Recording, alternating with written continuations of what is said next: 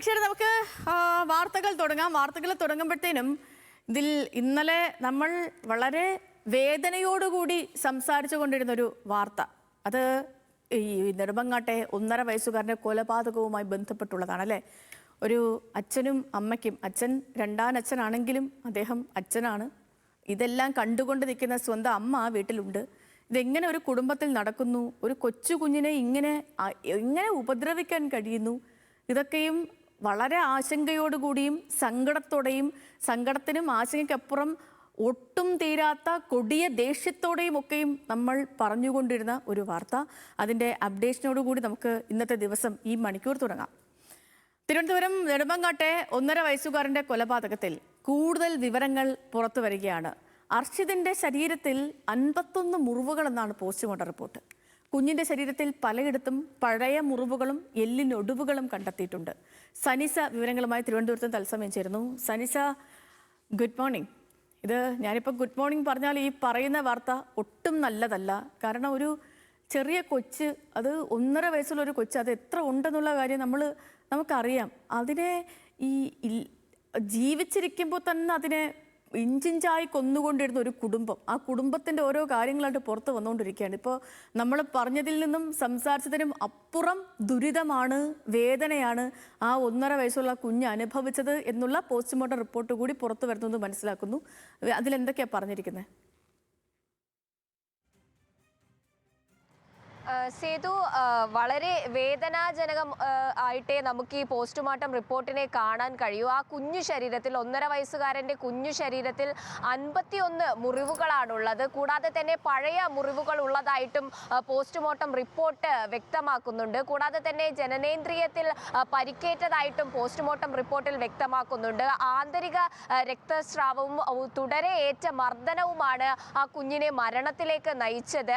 ഈ കുഞ്ഞിൻ്റെ അമ്മ അഖില, അച്ഛൻ മുൻപേ മരിച്ചതാണ്. കുഞ്ഞിൻ്റെ അമ്മ അഖില പങ്കാളിയായിട്ടുള്ള അഷ്കറിനൊപ്പമാണ് ജീവിക്കുന്നത്. അമ്മ ഇന്നലെ തന്നെ ഇവരെ കസ്റ്റഡിയിലെടുത്ത്, പോലീസ് കസ്റ്റഡിയിലെടുത്ത് ചോദ്യം ചെയ്തിരുന്നു. ആദ്യഘട്ടത്തിൽ അഷ്കറാണ്, അമ്മ സ്ഥലത്തില്ലായിരുന്നു. അമ്മ തമിഴ്നാട്ടിൽ ഒരു നൃത്തവുമായി ബന്ധപ്പെട്ട് പോയിരിക്കുകയായിരുന്നു.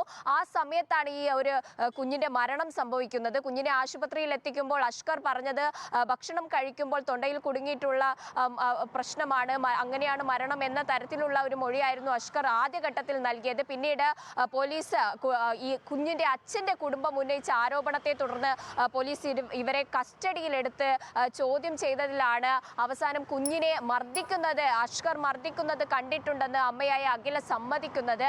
അത്തരത്തിൽ ഈ കൊടിയ പീഡനമാണ് ഈ 1.5 വയസ്സിൽ ഈ കുഞ്ഞ് അനുഭവിച്ചത് എന്ന് തന്നെ പറയണം. പൊള്ളിച്ച പാടുകളുണ്ട് ആ കുഞ്ഞു ശരീരത്തിൽ, ക്ഷതമേറ്റ പാടുകളുണ്ട്. ആന്തരിക രക്തസ്രാവം വന്നത് ക്രൂരമായ മർദ്ദനത്തെ തുടർന്ന് ആന്തരിക രക്തസ്രാവം തുടർന്നാണ് ആ കുഞ്ഞ് മരിച്ചത് എന്ന പോസ്റ്റ്മോർട്ടം റിപ്പോർട്ടാണ്, ഞെട്ടിക്കുന്ന പോസ്റ്റ്മോർട്ടം റിപ്പോർട്ടാണ് ഇപ്പോൾ പുറത്തു വരുന്നത്. എന്തായാലും കുഞ്ഞിൻ്റെ ഈ സംഭവം നടന്നപ്പോൾ തന്നെ ഈ കുഞ്ഞിൻ്റെ മരണത്തിൽ അസ്വാഭാവികതയുണ്ടെന്ന് ഡോക്ടർമാർ വ്യക്തമാക്കിയിരുന്നു. കുഞ്ഞിൻ്റെ ശരീരം കാണുമ്പോൾ തന്നെ ഡോക്ടർമാർക്ക് പ്രാഥമികമായി മനസ്സിലായിരുന്നു ഇത് മർദ്ദനമേറ്റിട്ടാണ് ഇത്തരം ഒരു ദുരന്തം സംഭവിച്ചതെന്ന് അവർ വ്യക്തമാക്കിയിരുന്നു. പോസ്റ്റ്മോർട്ടം റിപ്പോർട്ട് വരുമ്പോൾ നടുക്കുന്ന വിവരങ്ങൾ തന്നെയാണ്.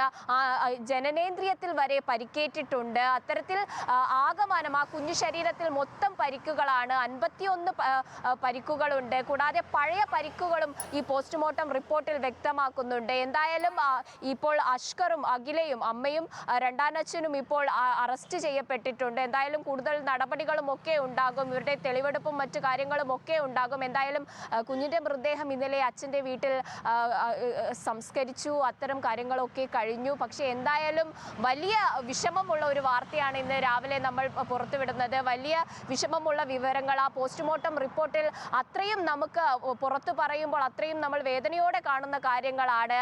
ഒരു കുഞ്ഞു ശരീരത്തിൽ ഇത്രയധികം മുറിവുകൾ, ഇത്രയും അധികം ക്രൂരത, അതെങ്ങനെ ചെയ്യാൻ കഴിയുന്നു എന്ന് തന്നെയാണ് സേതു ചോദിക്കാനുള്ളത്. എന്തായാലും പോസ്റ്റ്മോർട്ടം റിപ്പോർട്ട് പുറത്തു വന്നു. അമ്മ ഈ അഷ്കർ ഈ കുഞ്ഞിനെ അടിക്കുന്നതായിട്ട് കണ്ടിട്ടുണ്ട്, മർദ്ദിക്കുന്നത് കണ്ടിട്ടുണ്ട് എന്ന് മൊഴിയും നൽകിയിട്ടുണ്ട്. എന്തായാലും വലിയ തരത്തിൽ അന്വേഷണം ഇനിയും മൊഴിയെടുപ്പും മറ്റു കാര്യങ്ങൾ, തെളിവുകൾ ശേഖരിക്കൽ എന്നിവയിലേക്കൊക്കെ നീങ്ങും. സേതു.